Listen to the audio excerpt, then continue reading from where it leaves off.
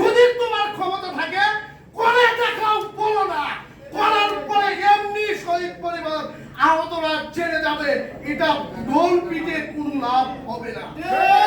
সত্য কথা বলতে এটাই বলতে চাই আপনাদের মাঝে, আমাদের যারা আন্দোলন করেছে, শহীদ করেছে, আমরা কেউ লোভী না, আমরা টাকার কাঙাল নয়।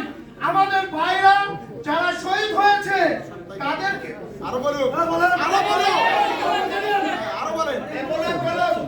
যারা শহীদ হয়েছে, যারা আন্দোলন করে জুলাইয়ে বিকৃত হয়নি, তাদেরকে কথা বলার সুযোগ দিতে হবে। স্বাধীনতার জন্য ফ্যাসিস্ট সরকারকে বাংলাদেশ থেকে উচ্ছেদ করা হয়েছে। যদি আমাদের বাক স্বাধীনতা যদি কেড়ে নেওয়া হয়, তাহলে এমন মরণ কামড় দেব যেটাকে সহ্য করতে পারবে না। এই বাংলাদেশের প্রাণ নিয়ে বাইর হয়ে যেতে পারবে না। বাংলাদেশের মানুষ আর কখনোই সেই পর্যায়ে নেই। এখন সবাই সচেতন হয়ে গেছে। একবার তুমি অন্যায় করেছো, দুইবার তুমি অন্যায় করেছো, কিন্তু আরেকবার অন্যায় করলে এমন থাবা দিবে যেই থাবা তুমি সহ্য করতে পারবে না।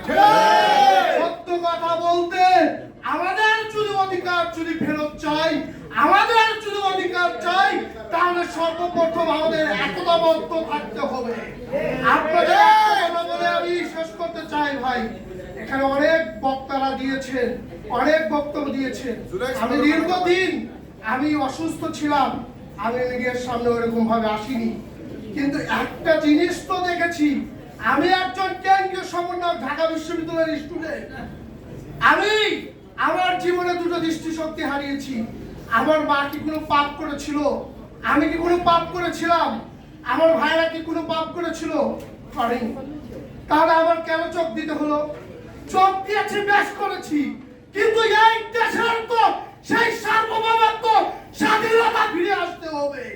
যদি সেই স্বাধীনতা ফিরে না আসে, তাহলে তো এই চোখের কোনো মূল্যায়ন থাকলো না। আমার ভাইয়ের কাছে মারা গেছে, তাদের মূল্যায়ন তো থাকলো না।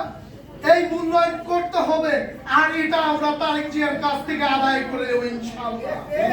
সত্য কথা বলতে, তারেক জিয়ার সাথে আমরা বসেছি, আমরা কথা বলেছি, ওনার মধ্যে মানবতা আছে। আমরা আশা করি যে এই জুলাই এবং শহীদ পরিবারকে তিনি মূল্যায়ন করবে।